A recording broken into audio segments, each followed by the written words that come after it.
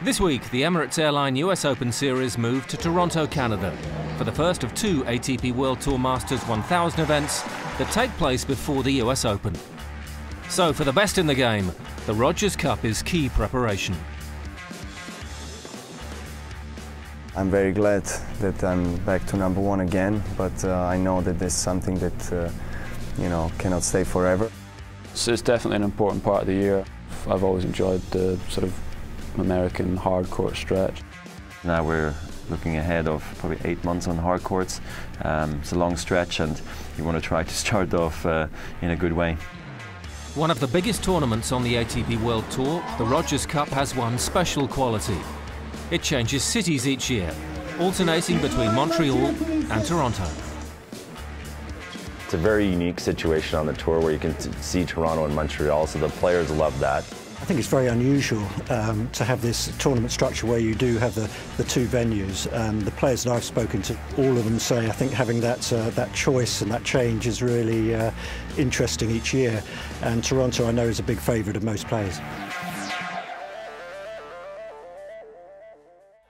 Fresh from his triumph in Washington against fellow Canadian Vasek Pospisil, last year's semi-finalist and home favourite Milos Raonic was in confident mood. Couldn't have asked for a better way to lead into this. Last year I played that exact same tournament, didn't finish off too well there, had a great Montreal. This year hopefully I can have an even better Toronto. I think I'm a different player this time around, so I definitely look forward to sort of creating a new challenge and possibly a new milestone for myself.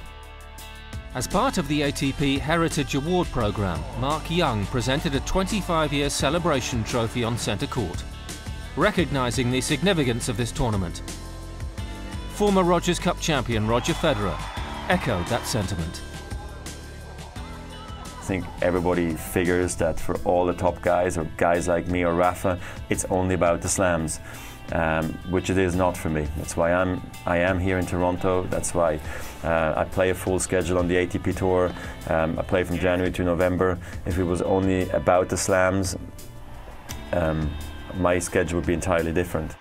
The base is the ATP Tour, and that's where you can make a lot of points, you can make a name for yourself, you can beat other top 10 players.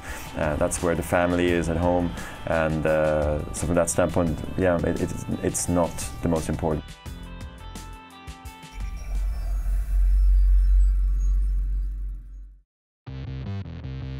Next week on ATP World Tour Uncovered, behind the scenes in Cincinnati, we're at the Western and Southern Open.